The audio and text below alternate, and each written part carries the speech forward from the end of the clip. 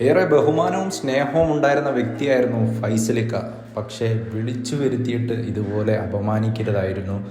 അതേ ഫൈസലിക്ക, ആദിലയോടും നൂറയോടൊന്നുമല്ല ഒരു മനുഷ്യനോടും ഇങ്ങനെ ചെയ്യരുത്. അതും ശത്രുവാണെങ്കിൽ പോലും അവൻ വീട്ടിൽ വന്നാൽ അവനെ സ്വീകരിക്കണം എന്ന് പഠിപ്പിച്ച ഇസ്ലാമിൽ നിന്നുകൊണ്ട് ഇങ്ങനെയൊരു പ്രവൃത്തി തീർത്തും ഒട്ടും യോജിക്കാൻ പറ്റാത്ത തരത്തിലായിപ്പോയി ഫൈസലിക്കയുടെ ഭാഗത്തു നിന്നും.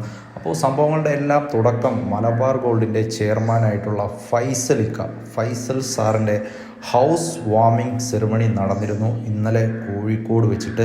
അപ്പോൾ വലിയ രീതിയിൽ സമൂഹത്തിൽ നിന്നുള്ള ഉന്നതരായിട്ടുള്ള ഒരുപാട് സെലിബ്രിറ്റീസും സിനിമാ നടന്മാരും ബിസിനസ് പൊളിറ്റീഷ്യൻസ് അടങ്ങുന്ന വലിയ രാജകീയമായിട്ടുള്ള ഒരു പരിപാടി തന്നെയായിരുന്നു അത്. അതിലേക്കാണ് ബിഗ് ബോസ് സീസൺ 7 മത്സരാർത്ഥികളായിട്ടുള്ള ആദിലയും നൂറയും ക്ഷണിക്കുന്നത്.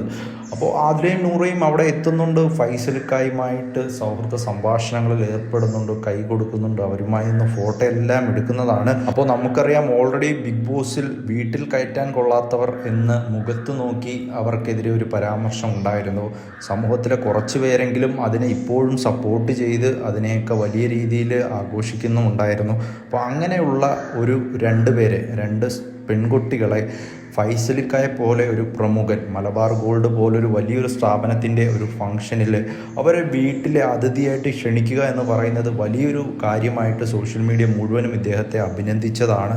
ഒരുപാട് പേർ ഇതിനെ അഭിനന്ദിച്ചുകൊണ്ട് രംഗത്ത് വന്ന് ഒരുപാട് പേർ ഈ ഫോട്ടോസും വീഡിയോസും ഒക്കെ ഷെയർ ചെയ്തിരുന്നു. പക്ഷേ ഇന്ന് രാവിലെ ഇതേ ഫൈസലിക്ക തന്നെ ഫേസ്ബുക്കിൽ ഒരു കുറിപ്പുമായിട്ട് എത്തിയിരിക്കുകയാണ്. എൻ്റെ ഗൃഹപ്രവേശന ചടങ്ങുകളിൽ സമൂഹത്തിലെ വ്യത്യസ്ത മേഖലകളിൽ നിന്നുള്ള നിരവധി പ്രമുഖ വ്യക്തികൾ പങ്കെടുത്തു.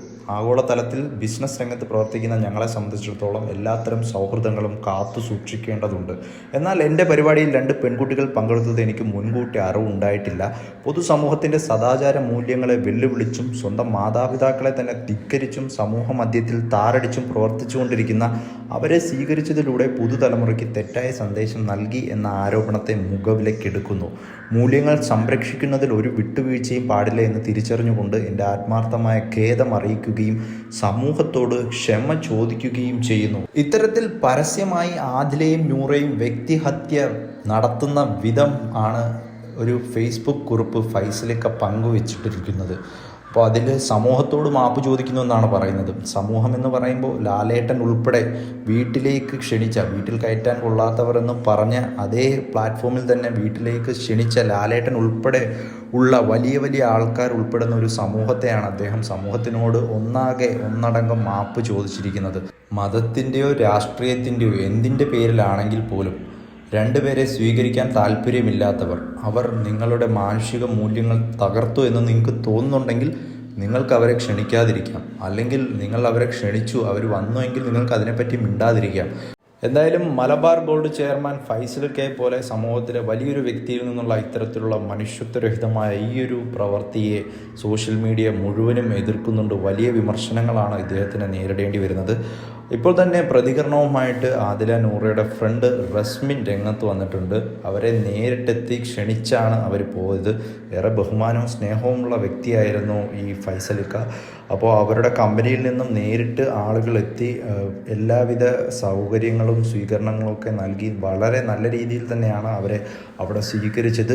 പക്ഷേ രാവിലെ ഇതുപോലെ ഞങ്ങൾ വിളിക്കാതെ കയറി വന്നു എന്ന തരത്തിൽ പ്രചരണം നടത്തിയത് വലിയ വിഷമം ഉണ്ടാക്കി എന്ന തരത്തിലാണ് ആദില നൂറയുടെ ഫ്രണ്ട് പ്രതികരിച്ചിട്ടുള്ളത്. അപ്പം നമുക്കറിയാം, ബോച്ചെ, മൈജി, ഷാജി ഇവരെയൊക്കെ പോലെ സമൂഹത്തിലൊരു സെൽഫ് ബ്രാൻഡിങ്ങിൻ്റെ ഭാഗമായിട്ട് ഈ ബിസിനസ്സുകാരെല്ലാം നടത്തുന്ന ഒരു പരിപാടിയാണ് കുറച്ച് PR വർക്കും സ്റ്റൺസൊക്കെ ചെയ്ത് സോഷ്യൽ മീഡിയയിൽ നിറഞ്ഞു നിൽക്കുക എന്നുള്ളത്. അപ്പോൾ അത്തരത്തിൽ അതിൻ്റെ ഭാഗമായിട്ടാണ് ഈ ഫൈസലിക്കയുടെ ഈ ഒരു വലിയ കൊട്ടാരം പോലുള്ള ഹൗസ് വാമിംഗ് ചടങ്ങ് ഗംഭീരമായിട്ട് നടത്തിയിട്ടുള്ളത്. അപ്പോൾ അതിലേക്കായിട്ട് PR വർക്ക് കൊടുത്തിട്ടുള്ള ഏതോ ഏജൻസി ആവണം. ഇപ്പോൾ നിലവിൽ ലൈം ലൈറ്റിൽ നിൽക്കുന്ന എല്ലാവരെയും ക്ഷണിച്ചിട്ടുണ്ട്. കൂടെയാണ് ആദിലയും നൂറയും ക്ഷണിച്ചിട്ടുള്ളത്. അപ്പോൾ ഇദ്ദേഹത്തിൻ്റെ അറിവുണ്ടെങ്കിലും ഇല്ലെങ്കിലും തന്നെ ഇത്തരത്തിൽ ഒരിക്കലും വീട്ടിൽ വന്ന് ഒരിക്കൽ ചിരിച്ചുകൊണ്ട് കൈ കൊടുത്ത് ക്ഷണിച്ചവരെ പറ്റി രാവിലെ പോയിട്ട് അപവാദം പറയുക എന്ന് പറയുന്നത് ഒരിക്കലും യോജിക്കാൻ പറ്റാത്ത കാര്യമാണ്.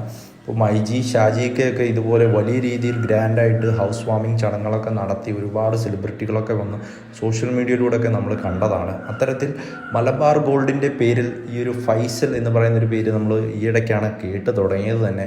അങ്ങനെ ഒരു സെൽഫ് ബ്രാൻഡിങ്ങിൻ്റെ ഭാഗമായിട്ടുള്ള ഒരു PR വർക്ക് തന്നെ ആകണം ഇത്തരത്തിൽ എല്ലാവരെയും ക്ഷണിച്ചുകൊണ്ട് ഈ ഒരു വലിയ പരിപാടി നടത്താനുള്ള കാരണം തന്നെ. പക്ഷേ അതിന് വേണ്ടിയിട്ട് ഇങ്ങനെ രണ്ടുപേരെ വ്യക്തിഹത്യ ചെയ്തത് ഒട്ടും ശരിയായില്ല. ആദില നൂറയ്ക്കോടൊപ്പം തന്നെയാണ്. നിങ്ങൾ അവരെ അംഗീകരിക്കുന്നെങ്കിലും അംഗീകരിക്കുന്നില്ലെങ്കിലും ഒരു മാനുഷിക പരിഗണന എല്ലാവരും അർഹിക്കുന്നുണ്ട്.